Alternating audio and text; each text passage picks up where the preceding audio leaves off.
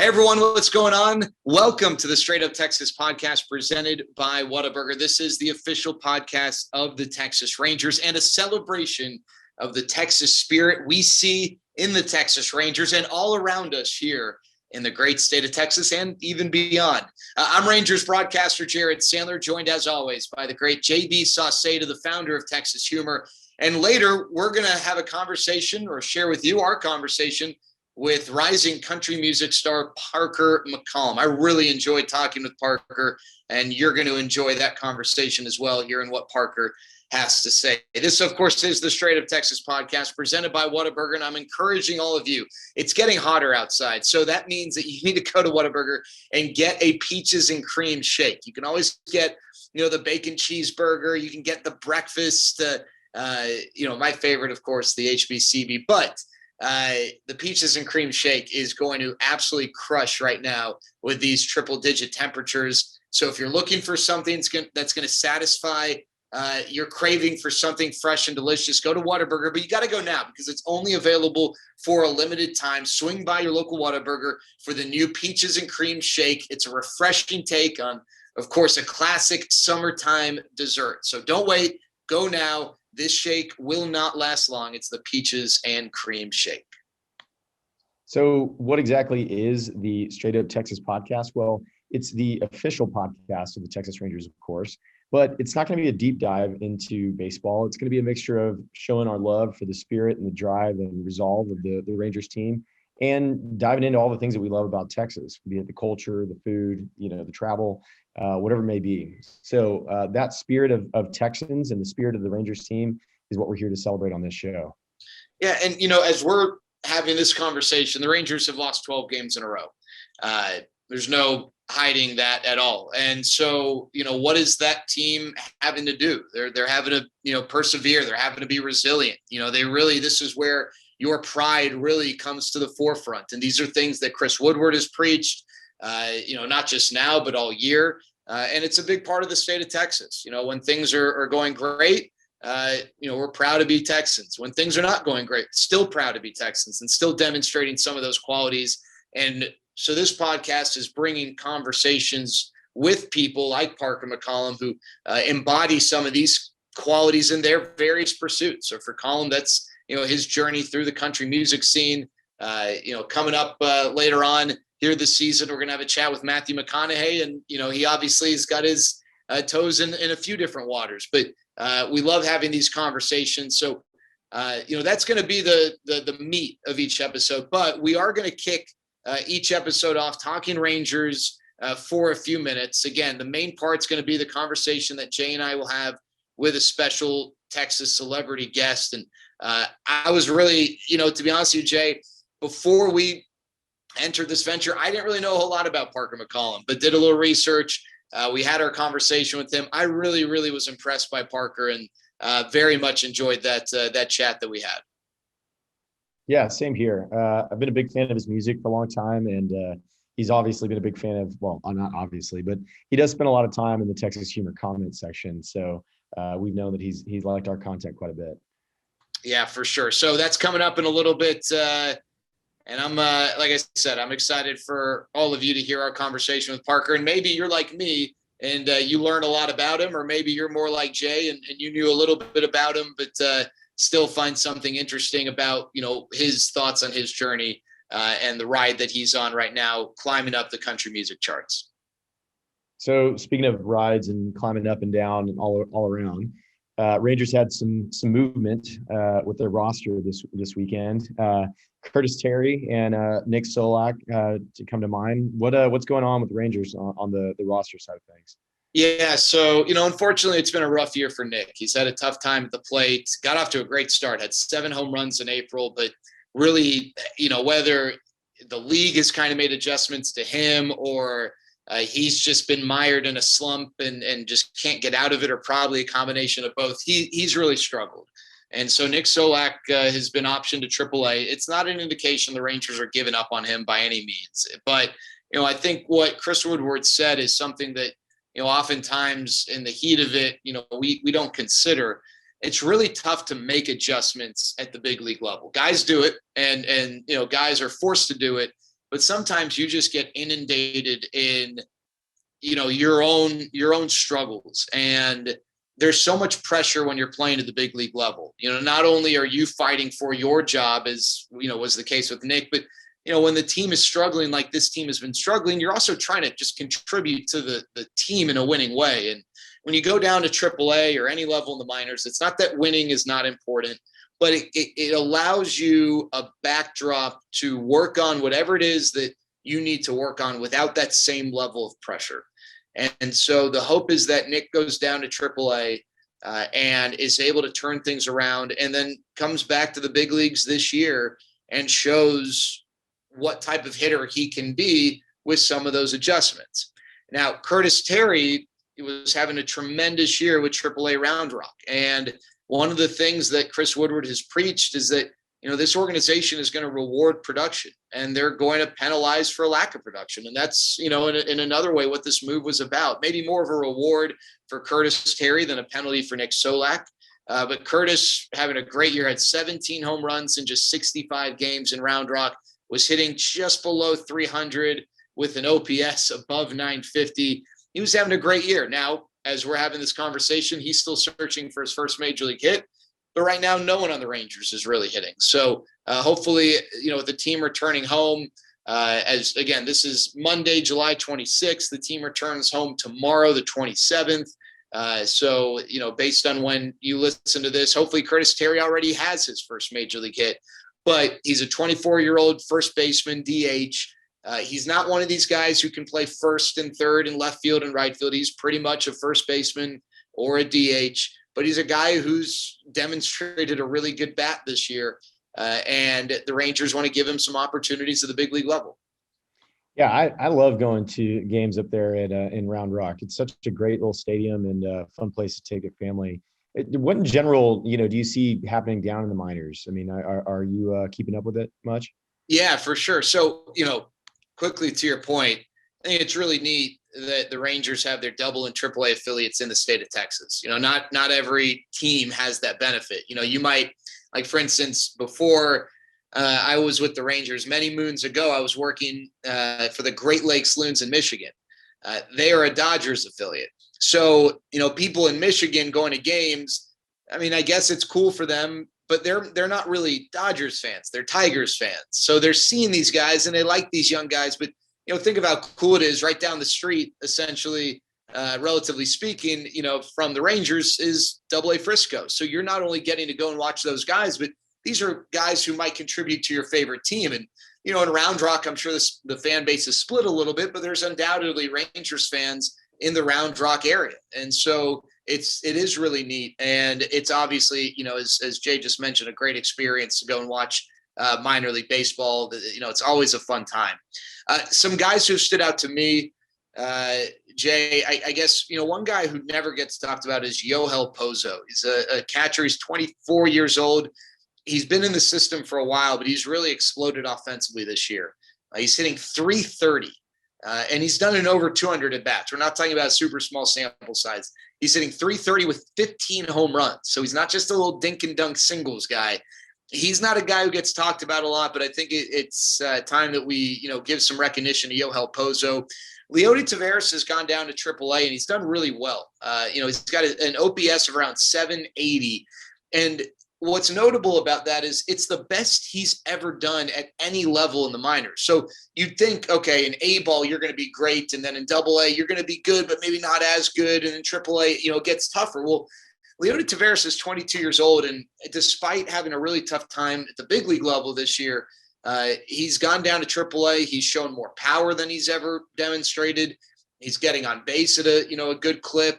And he's just all in all having his best offensive season, which is really encouraging because he is 22 years old. Now, on the pitching side of things, I think you got to go to AA Frisco to really get a good glimpse of, some of the exciting stuff going on over there. I think the AA Frisco rotation has been one of the best in all minor league baseball. You've got, a lot of talk about Cole Winn, who's sitting there with an ERA below 3, pitched in the Futures game. Yeri Rodriguez, same thing, ERA below 3, striking out more than a batter per inning. Hans Kraus, who's really stepped up in a big way. There were concerns going into this year that maybe Hans Kraus was a reliever. And you know what? Maybe he would have been a really good reliever. But you always would like a pitcher's ceiling, especially at that stage, to still be a starting pitcher. And Hans Kraus has made 12 starts this year, and he's been really good, an ERA in the low threes. So a lot of exciting stuff there. A.J. Alexy's kind of split his time between the rotation and the bullpen. He struck out more than a batter per inning. Walks are still something he's working on, but he doesn't give up a lot of hits. He's allowed just 29 hits in 45 innings. So A.J. Alexy has done a really good job as well. A lot of exciting stuff there with Double-A Frisco. Now, offensively with Down East, Evan Carter was definitely a guy who was fun to watch, but ended up having a back injury. He's going to miss, if not most of the rest of the year, but he's still a really exciting guy to follow. You got Luis Angel Acuna. This is Ronald Acuna Jr.'s brother, who's got off to a really slow start, but he's ended up having a really nice year. An infielder who's super young. This is his first year domestically.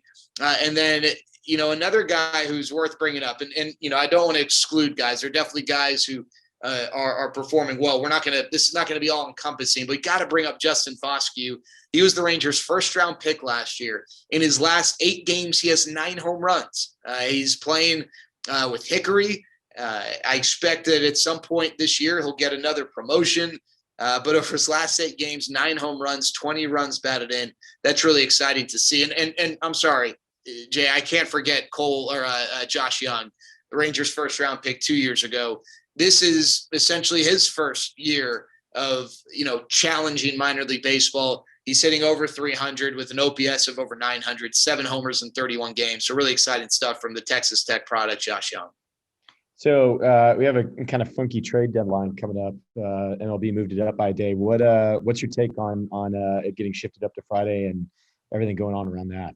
Yeah, I think it's a great move by Major League Baseball. The reason Major League Baseball did this, the trade deadline typically July 31st, but July 31st this year falls on a Saturday. And so you got day games, you got night games, and it's just it puts teams and players in an awkward position who might get traded if there is a day game. It typically works better. The trade deadline, I think, is usually 3:00 Central, 4:00 Eastern. So it gives teams enough time. Hey, if Jay's on the trading block and he doesn't get moved, you can put him in the lineup, and he doesn't have to take the field wondering every 5 seconds, am I getting traded or am I not getting traded? Now, you can't avoid that, obviously, in the days leading up, but when the action is really hot and heavy on deadline day, it's easier when you've got night games. And so that's why the league did that. As far as what it means for the Rangers, I don't know that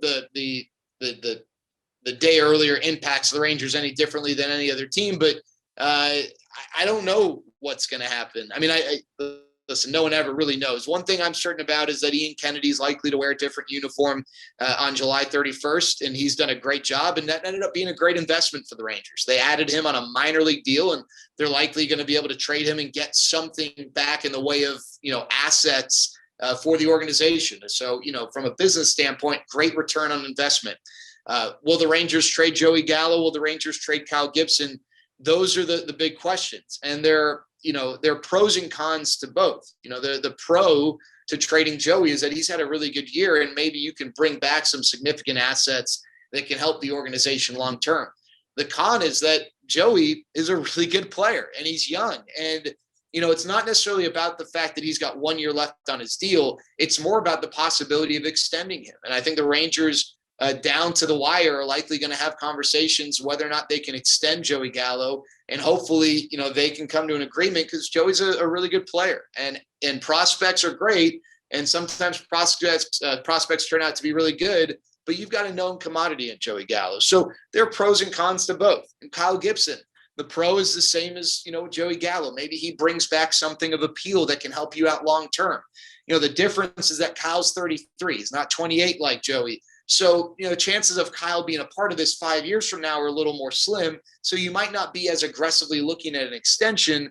But with Kyle, he brings tremendous leadership. He also brings stability to a rotation that likely is going to be made up of a lot of young guys. So having a veteran there really is of benefit.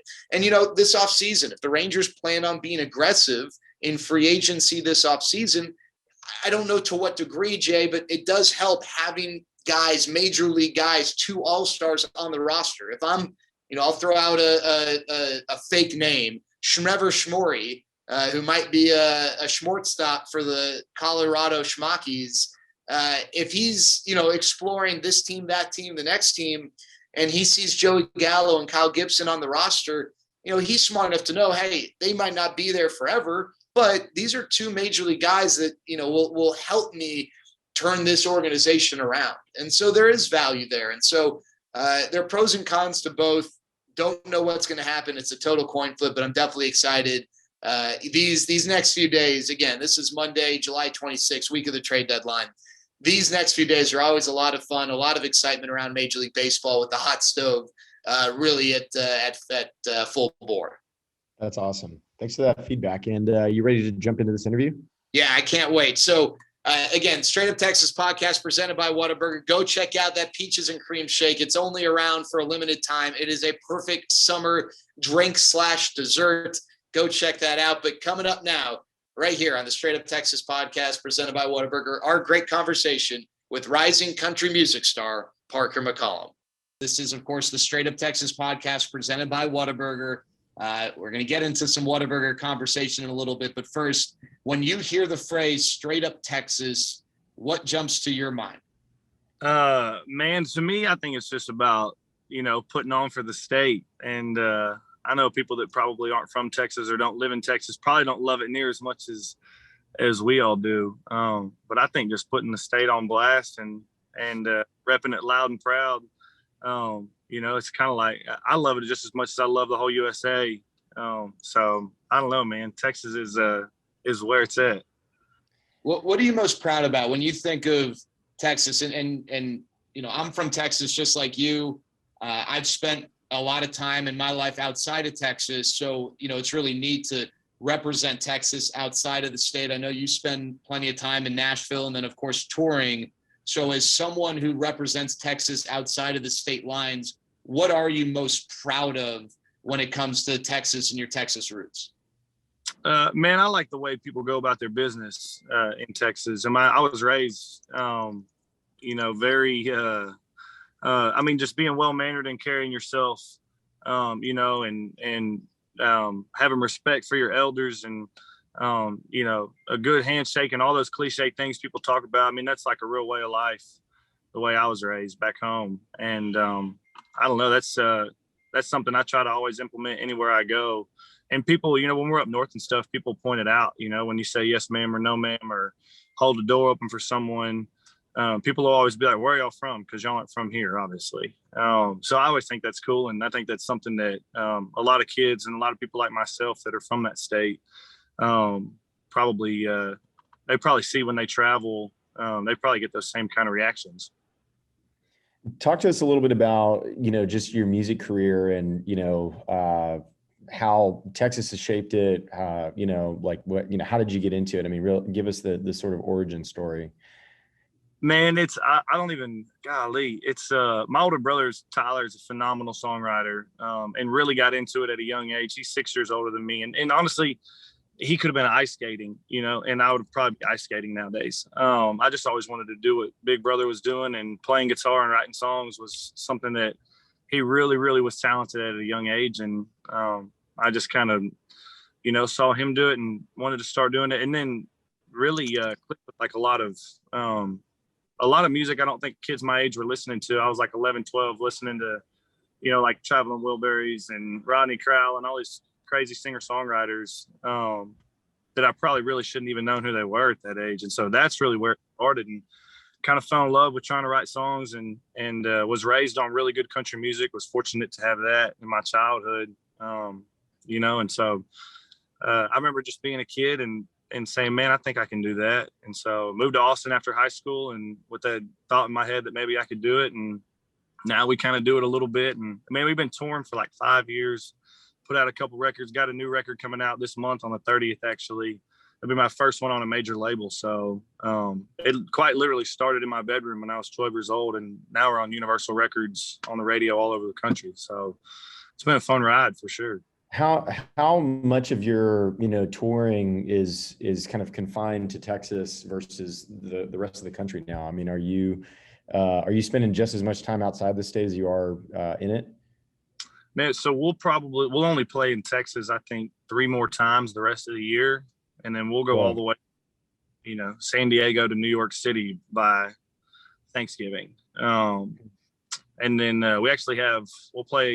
we won't play in Texas again until after these next couple months. We won't play there till, I think we do 2 nights in Fort Worth maybe at the end of the year. So it's we're all over the place right now. So when you're traveling, I mean, what are you doing to keep yourself grounded to the Texas motif? And I was just joking around with somebody this morning about the Texas Humor Store, and that we needed to get the Whataburger ketchup on there for people to send to folks all over the place. I mean, do you take anything like that with you when you're on the road, or like a can of dust or something from West Texas? No, man, I don't really take much with me. I mean, I think everybody in our band's from Texas and lives there, and both of our buses still tour out of Texas, so there's plenty of that naturally with us. But man, my thing on the road lately, since we've been back, since COVID's kind of died down, we've been back on the road the last few months. I mean, I've played, I don't know, 400 or 500 holes of golf since like May, I think. I mean, just every day as soon as we sound check, we go to a golf course, play 18 holes. That's kind of been my thing on the road. And then even when I'm back home in Texas, me and my dad will go play golf. So it's that's kind of my thing on the road right now. Cool.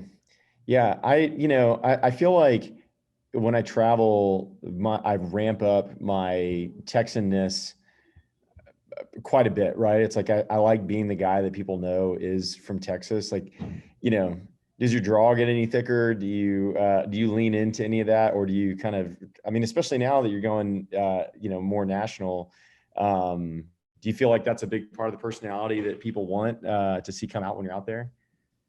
Oh, I don't know, man. That honestly never really crosses my mind. I notice, like when we're in New York and people kind of have that northern accent, I have a weird habit of the way people talk.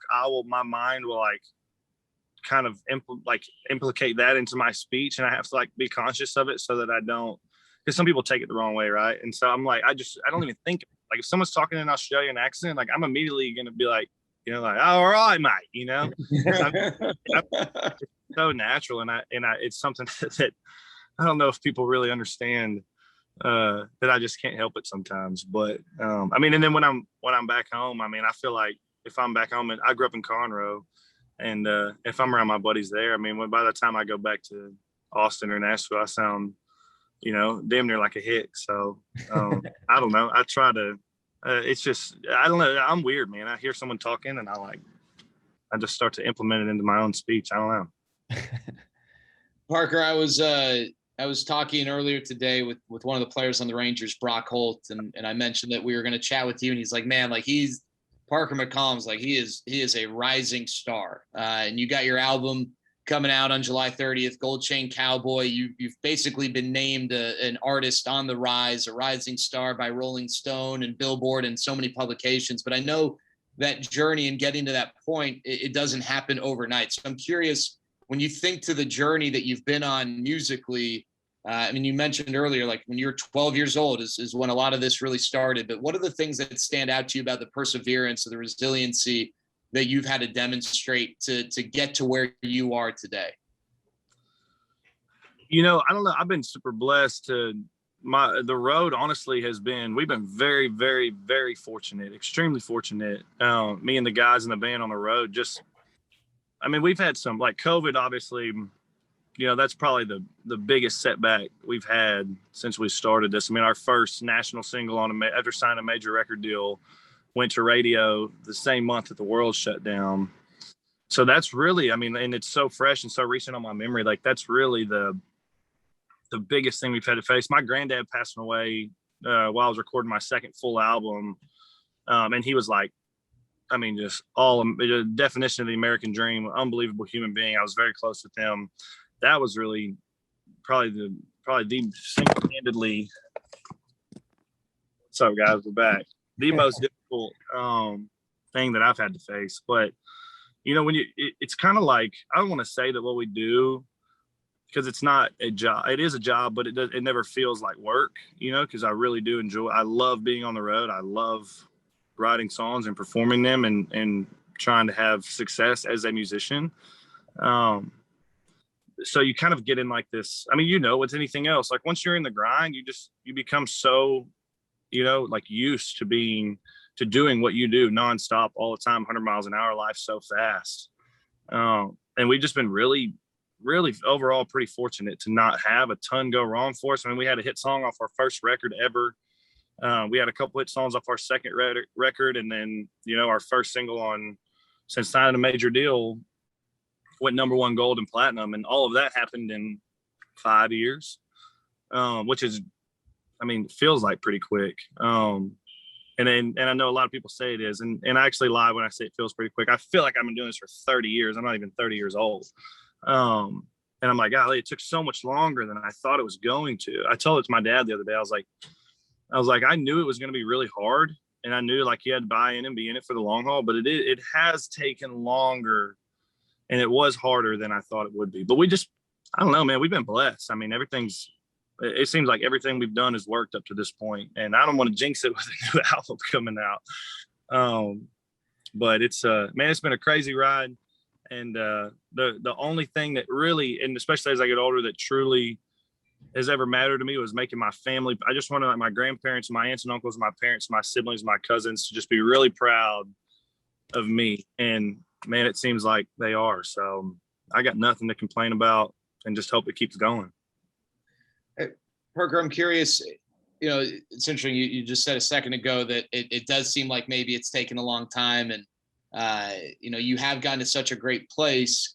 Is there a moment where things really started to click, or maybe on the other side of it, was there a moment when you're like, man, nothing's really going our way, and you kind of were at a crossroads, and that was maybe the low point, and then everything thereafter started to move forward? And was there some advice that you received or that you implemented that helped you throughout this journey? I can go today, I could feel like we're the biggest thing in the world, and tomorrow I feel like, we're a million miles away from where we're trying to get to. It is that up and down mentally in this business. But Randy Rogers from the Randy Rogers Band managed me for a couple of years and helped me get my record deal, and just absolutely did I'll never be able to pay him back for what he did for me.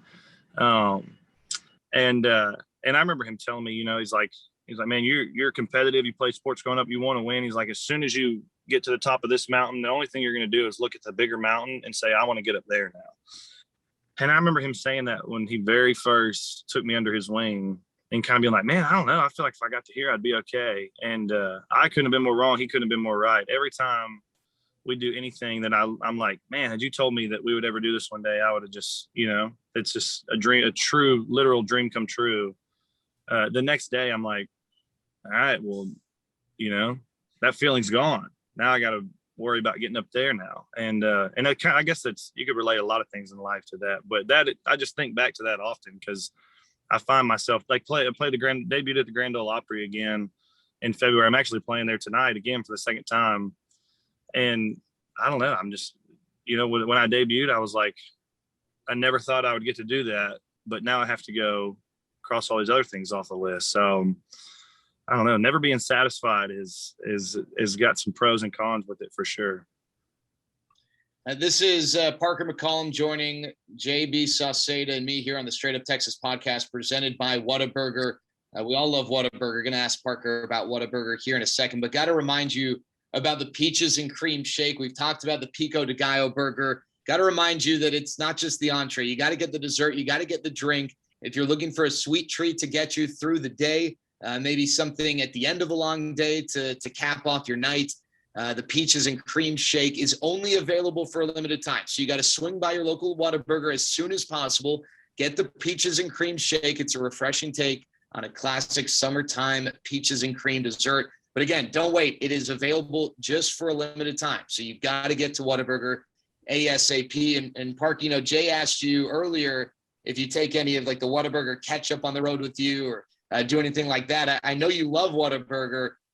What is your go-to Whataburger order whenever you get a chance to grub on Whataburger? Man, I go bacon burger, no tomatoes, large fry. And then I've had like this huge conflict with soda because I've loved soda so much my whole life, and it's just so terrible for you. And so if I'm really kind of in a, for the lack of a better term, don't care mindset, I'll get a large Coke with it. And it's just, golly, it's so good. And it sounds cliche, but like we would eat Whataburger when we were hunting growing up. If we went into town to eat from the ranch, we ate Whataburger. After a football game, after a baseball game, always go eat Whataburger. And I don't know, it's crazy to see how big of a thing it just seems so mainstream nowadays in Texas. And when I was growing up, it was just Whataburger. But I've had, I think the buffalo chicken strip sandwich, it's usually a limited time only. That's my go-to when it's out. But other than that, I'm bacon burger, no tomatoes, with a large fry and a large Coke all the way. Well, what, talking about kind of like comforts or things that make you feel like you're at home. Growing up in Conroe, where did you like to travel to? Like, did you guys spend a lot of time up there in the kind of north side of Houston, or did you guys get out much and travel the rest of the state when you were a kid? My mom would take us to Enchanted Rock in the hill country when we were little. We went to Galveston. We'd stay at the San Luis Hotel in Galveston and go to the beach when I was little. And now I'm like, golly, that beach is terrible. What were we doing?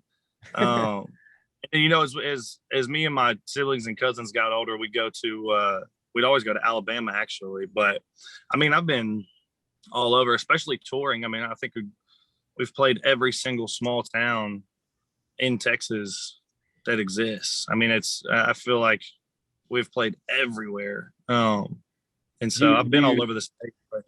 Do you have a venue somewhere in Texas that's like your top tier, right? Like, I mean, I remember, I know a lot of people like playing Green Hall, but like, I mean, is there a place that you really like to play that, people don't really consider or think of? Man, Whitewater Amphitheater in New Braunfels is not only my favorite venue in Texas, my favorite venue that I've ever played. I've played all over the country. And Whitewater on the river is, I don't know. We just did 2 nights back to back there, July 3rd and July 4th. And it's my favorite place to play in the world. I mean, it is. If you ever get a chance to go to a show there, do not pass it up. Yeah, I like it. I've always thought that the ability, it's kind of like a 2-for-1 deal. You can go float the river and then afterwards go catch a show. Are you much of a river floater?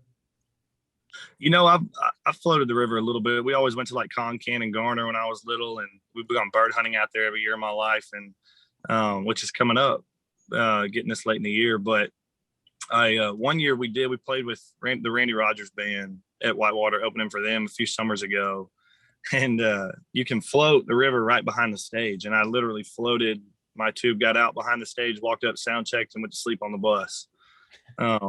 So I've floated in Colican, I've floated in New Braunfels, but if I could be anywhere, hell, I'd like to be on the lake, probably fishing or wake surfing. You're listening to the Straight Up Texas podcast, and in a very straight up Texas manner, some technical glitches took place as a result of the heat. Parker McCollum's phone overheated, so we're picking him back up with a hot question for the hot phone. So the question that I was going to ask you is, if you have a full tank of gas right now, where in Texas are you going to drive to? What's the go-to spot? Any instance that you've got the freedom to just get on the road and drive? Yeah, and honestly, it sounds so good right now. I would drive straight to my family's ranch in East Texas. It's a town called Grapeland, outside of a not very much larger town called Crockett. My granddad's had a ranch there for a long time. It's my favorite place in the entire world. I think I was there. I mean, COVID was great once deer season started because I was at the ranch hunting every day. I won't get to do that for a long time and have that much time off. But if I could go there right now, 100%. I would drive. It's like 12 hours. I'd drive there right now. Now we're rebuilding the Highwaymen, but we're only doing it with Texas musicians. Who's in that band? Well, certainly Willie. I'd have to put Rodney Crowell up there. Golly, George Strait's obviously in there. And man, just as a wild card, because he's my boy and I love him, I put Randy Rogers in there with him. Well, I'm curious, where are some of your favorite Texas venues? Where are your favorite places to play? And maybe even just where's, one of your favorite places to catch a concert if you're able to be a fan in the crowd as opposed to a performer on stage? My favorite place to play in Texas, I think I mentioned this earlier, is Whitewater Amphitheater in New Braunfels. And if I was going to go watch a show, they have like these, it's almost like stadium skyboxes there. They're not stadium level, but I mean, just a great place to sit and watch a show on the river. And I saw Ryan Bingham and Steve Earle there a couple summers ago. Phenomenal music venue.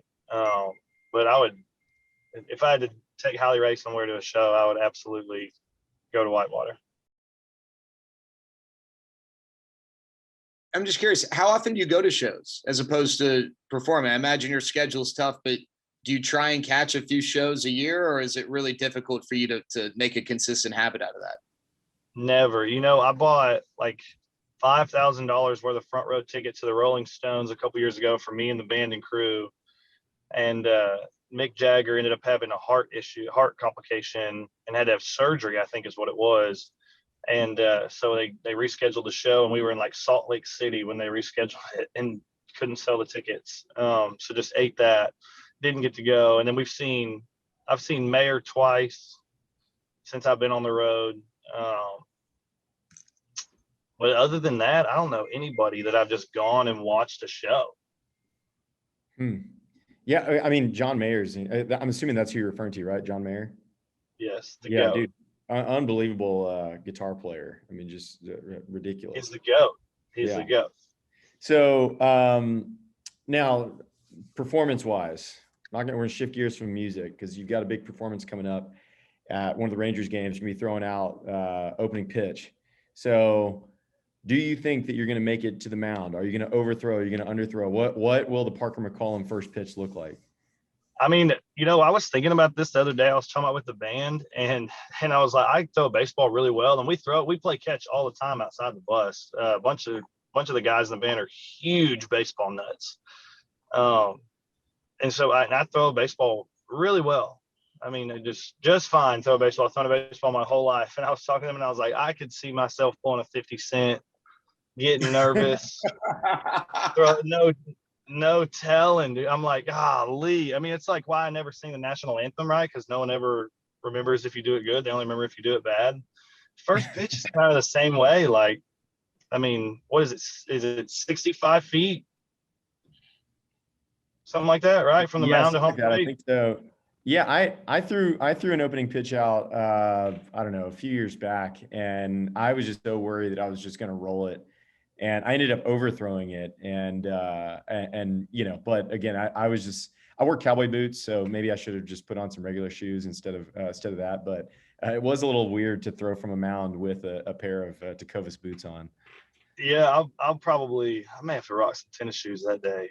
Yeah, take it from me. Just stick with the tennis shoes. Something that I mean, if I throw it bad, I'm gonna get roasted on the internet. So it's got to be a good throw. Yeah, I was lucky. I mean, I don't have like nearly the profile that you do. And as Texas humor, it's kind of like being like Batman. Like people don't really know who I am, kind of like see my mouth, so I was benefiting from the fact that they would just completely forget about it. So, before we go, tell us a little bit about just, what the Rangers mean to you and your, experience with baseball growing up. I mean, I'm assuming you're a big Rangers fan, and clearly you were saying you can throw the ball. Can you play? Man, I played growing up a little bit, and I actually grew up north of Houston, so. And I do like the Rangers. I like the Cowboys. I always pull for Texas teams, whether it's A&M, UT, Cowboys, Rangers, whatever. But Houston Astros are actually my heart and soul. I hate to do that to you guys on this show, but they really are. I mean, that's like the Houston sports are the love of my life. But I just love Texas teams, man. Anytime the Rangers are playing someone, I'm always pulling for the Rangers, or the same with the Cowboys or whoever. Jared's slowly dying inside right now. Yeah, I know. But you know what? I really, and I mean that. I don't just say that. Like, I really do. Like, if the Cowboys are in the Super Bowl, I'm pulling Cowboys all the way. I know that's never going to happen, but just in case it does, I'm prepared. No, I mean, I've been to a couple Rangers game. I hadn't been to the new stadium this year. I went to a game year before last. I want to say it was like early. No, it couldn't have been last year. So yeah, I guess 2019 I went to a Rangers game, and I'm a big Joey Gallo fan. I think he's the man. And so I'm always paying attention. But I don't know. If I could get throwing the pitch out at the new stadium would be pretty. Well, we're excited to have you at Globe Life Field, the preeminent baseball facility in the state of Texas. But Parker, it's really been a blast. It's been so fun, just getting ready to chat with you, hearing people talk about how excited they are for where your career is headed and the way you represent the state of Texas. And I figured we had to have you on the Straight Up Texas podcast presented by Whataburger, and we're looking forward to having you out at Globe Life Field. Thanks so much for being with us. My man, I can't wait. Thank y'all for having me on.